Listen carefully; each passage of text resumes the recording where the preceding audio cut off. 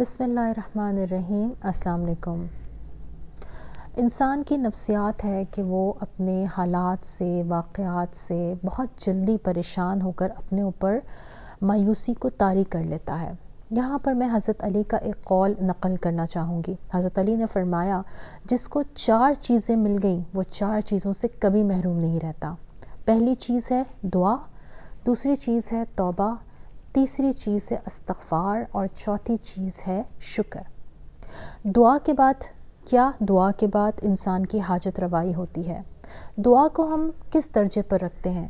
دعا کو ہم ہمیشہ آخری درجے پہ رکھتے ہیں، جب ہم اپنی تمام تر کوششیں کر کے تھک جاتے ہیں اور ہمیں لگتا ہے کہ ہماری کوششیں بارآور نہیں ہو رہی، تب ہم یہ کہتے ہیں کہ بس اب تو صرف دعا ہی رہ گئی ہے۔ نہیں، آپ نے دعا کو پہلے درجے پہ لے کر آنا ہے۔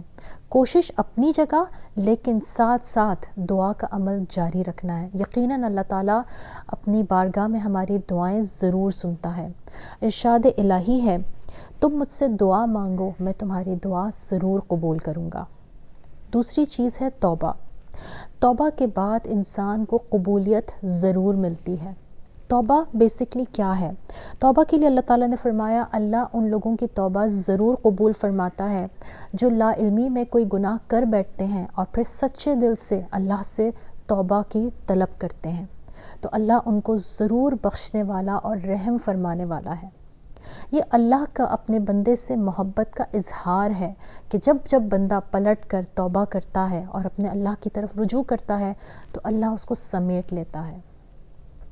تیسری چیز ہے استغفار۔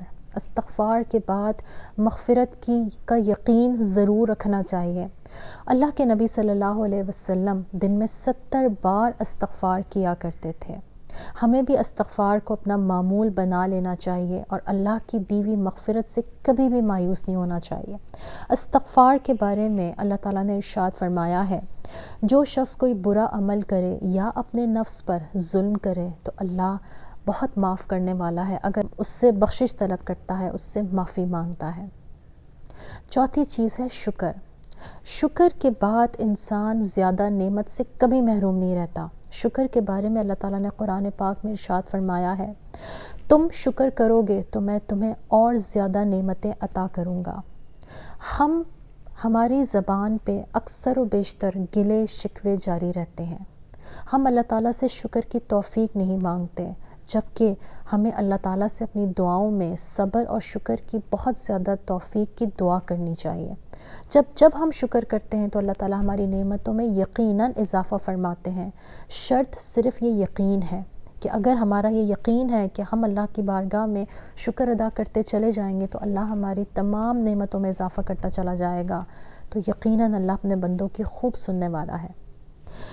تو ان 4 چیزوں کی موجودگی میں انسان کی زندگی میں مایوسی کا کوئی جواز نہیں رہتا۔ تو اپنی زندگی سے ہمیشہ پر امید رہیے اور اپنے رب سے دعا مانگتے رہیے۔ اپنا بہت سا خیال رکھیے۔ السلام علیکم۔